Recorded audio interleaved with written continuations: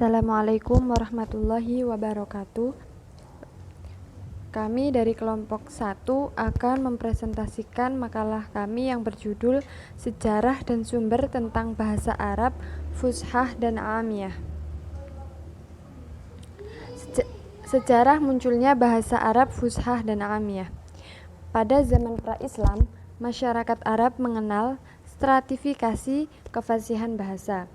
Kabilah yang dianggap paling fasih dibanding yang lainnya adalah Quraisy yang dikenal sebagai Surat Al-Arab atau pusatnya masyarakat Arab. Kemudian kefasihan bahasa Quraisy ini terutama ditunjang oleh tempat tinggal mereka, baik secara geografis, berjauhan dengan negara-negara bangsa non-Arab dari segala penjuru. Kemudian kemunculan bahasa Amiyah di kalangan masyarakat masih mempunyai rentangan antara yang lebih dekat dengan bahasa yang masih sangat dekat dengan bahasa baku, itu sampai abad ke-3 Hijriah. Antara lain yaitu negeri Hijaz, Basrah, dan Kufah. Selanjutnya bahasa Amiyah mulai menyebar di beberapa tempat seperti Syam, Mesir, dan Suez. Di beberapa tempat tersebut, bahasa Fushah sudah menerima kosakata serapan dari Persia, Romawi, Kiptiah, dan Niptin dalam jumlah yang cukup besar. Karena itu, bahasa masyarakat mulai mencampur adukan bahasa asli mereka dengan bahasa-bahasa serapan tanpa melakukan pemilihan. Kefasihan bahasa tersebut dijaga hingga meluasnya ekspansi Islam keluar jazirah dan masyarakat Arab mulai berinteraksi dengan masyarakat bangsa lain. Proses interaksi dan berbagai transaksi sosial lainnya itu berpengaruh antara bahasa yang digunakan. Masyarakat Ajam belajar berbahasa Arab dan masyarakat Arab mulai mengenal bahasa mereka. Intensitas interaksi tersebut lambat laun mulai berimplikasi pada penggunaan bahasa Arab yang mulai bercampur dengan bahasa kosakata asing, baik dengan atau tanpa Arabisasi atau ta'rib. Masyarakat non-Arab juga kerap melakukan kesalahan dalam menggunakan bahasa. Fenomena ini kemudian makin meluas melalui transaksi sosial, misalnya dalam aktivitas ekonomi di pasar-pasar, terutama sejak abad ke-5 Hijriah. Fenomena penyimpangan bahasa atau lahan merupakan cikal bakal bahasa Amiyah. Istilah lahan ini dikarenakan awalnya pada kesalahan dan ketidaktaatan pada i'rab, yaitu perubahan bunyi akhir kata karena perubahan kedudukannya dalam kalimat. Benih-benih lahan ini mulai muncul sejak zaman Nabi Muhammad SAW berupa perbedaan lahjah atau logat, cara berbicara di kalangan sahabat. Kemudian kemunculan bahasa Amiyah di kalangan masyarakat masih mempunyai rentangan antara yang lebih dekat dengan bahasa yang masih sangat dekat dengan bahasa baku sampai pada abad ke-3 Hijriah. Antara lain yaitu negeri Hijaz, Basrah, dan Kufah. Selanjutnya bahasa Amiyah mulai menyebar di beberapa tempat seperti Syam, Mesir, dan Suez. Di beberapa tempat tersebut, bahasa Fushah sendiri itu sudah menerima kosakata serapan dari Persia, Romawi, Kiptiah, dan Niptin dalam jumlah yang cukup besar. Karena itu, bahasa mulai mencampur adukan bahasa asli mereka dengan bahasa serapan tanpa melakukan pemilihan.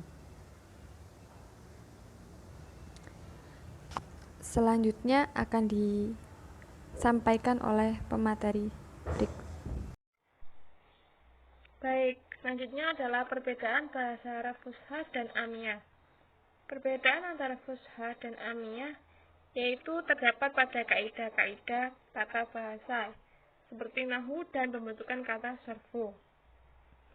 Bahasa Arab Fushah sangat memperhatikan kaidah-kaidahnya nahwu dan shoraf, sedangkan bahasa Arab Amiyah tidak memperhatikan hal tersebut. Oleh karena itu, penggunaan bahasa Arab Fushah dan Amiyah digunakan dalam forum yang berbeda pula. Bahasa Arab Fusha digunakan dalam forum-forum dan media-media yang bersifat formal. Dan sebaliknya, bahasa Arab Amiyah sering digunakan dalam aktivitas atau komunikasi sehari-hari yang bersifat non-formal maupun informal.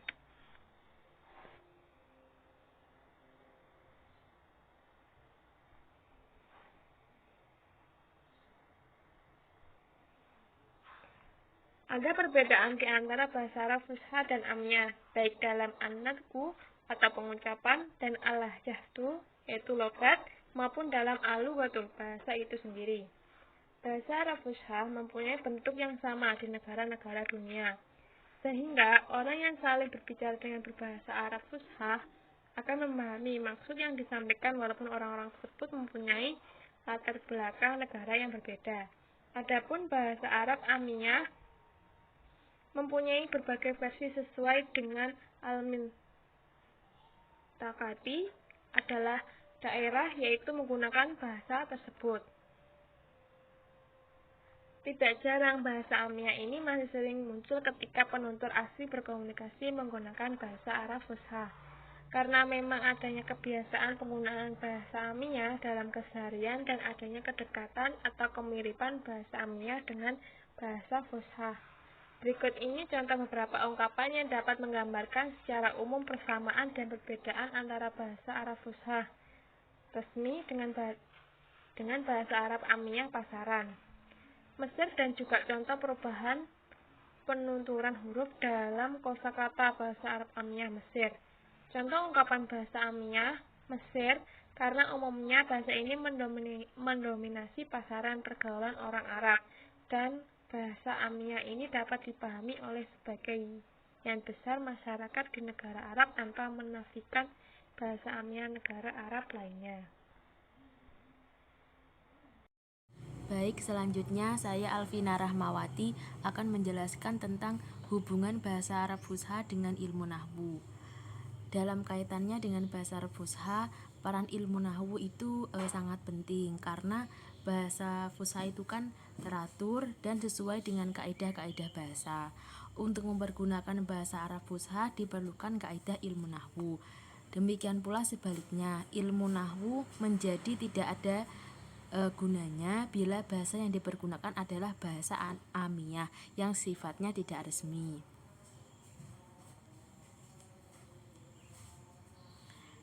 Jadi di sini ilmu nahwu itu berperan dalam penggunaan bahasa Arab Fusha. Ditinjau dari strategi pendidikan bahasa Arab, maka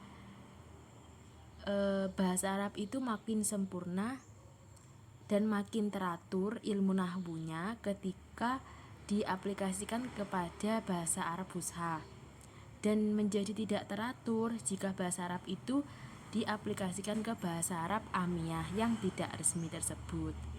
Demikian materi yang kami sampaikan.